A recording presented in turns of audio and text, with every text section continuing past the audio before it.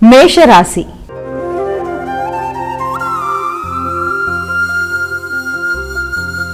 అమ్మా, మేషరాశి వారికి ఈ రోజు ఏ విధంగా ఉంది?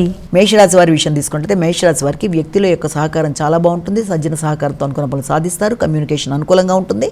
చేద్దాం అనుకుంటున్న కార్యక్రమాల్లో తండ్రి యొక్క సహకారం, పెద్దల యొక్క ఆశీస్సులు, ఆధ్యాత్మిక ఆలోచనలు, ఆధ్యాత్మిక పర్యటనలతో ముందుకు వెళ్ళడానికి ప్రయత్నం చేస్తారు. విద్యాపరమైన విషయాలు కూడా చాలా వరకు అనుకూలంగా ఉండే అవకాశం లాంటిది కనబడుతుంది. విద్యాపరమైన విషయాల్లో లాజికల్ థింకింగ్ బాగుంటుంది, ఎనాలిసిస్ బాగుంటుంది. అంతేకాకుండా మీ శ్రమకి తగిన గుర్తింపు, గౌరవం లభించడం అనేది, అలాగే కమ్యూనికేషన్ విషయం ఎవరితోనైనా సరే చాలా వరకు అనుకూలంగా ఉండడం, ఆగుతూ వచ్చిన పనులలో ఆశించిన విజయాలు, అది గృహ వాహన విషయాలు కావచ్చు, తర్వాత అన్ని విషయాల్లో కూడా అనుకూలమైన ఫలితాలు వచ్చే అవకాశం కనబడుతుంది. వృషభ రాశి.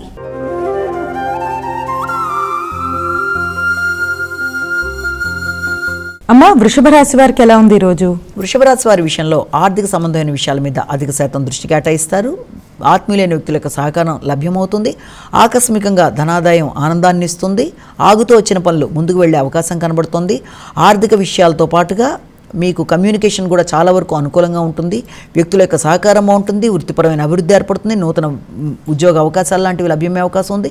వృత్తిలో ఉండేవారికి కూడా నూతనంగా వృత్తిపరంగా అభివృద్ధిపరంగా ఆర్థిక విషయాల్లో కూడా అనుకూలతలు అనేవి ఏర్పడడం, సంతాన వర్గం యొక్క అభివృద్ధి, విద్యార్థులకు విద్యాపరమైన విషయాల్లో కమ్యూనికేషన్ అనుకూలంగా ఉండడం, రైటింగ్ స్కిల్స్ పెరగడం, విద్యాపరమైన విషయాల మీద దృష్టి కేటాయించడం, అది అనుకూలతలు ఇవ్వడానికి అవకాశం ఉంది. మిథున రాశి.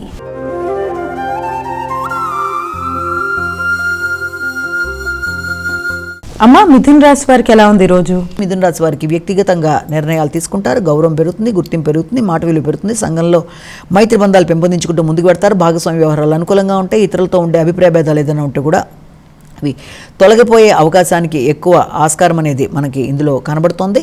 అంతేకాకుండా ముఖ్యమైన అంశాలలో వ్యక్తుల యొక్క సహకారాన్ని కోరుకునే విషయంలో కూడా దూర విద్య కొరకు చేసే ప్రయత్నాలు, దూర ప్రయాణాలు, ఆధ్యాత్మిక ఆలోచనలు, ఆధ్యాత్మిక ప్రయాణాలు ఇవన్నీ కూడా చాలా వరకు అనుకూలంగా ఉంటాయి. తండ్రి యొక్క ఆరోగ్యం మీద మీరు శ్రద్ధ తీసుకుంటారు. తల్లిదండ్రులతో కలిపి కొన్ని కీలక నిర్ణయాలు తీసుకుంటారు.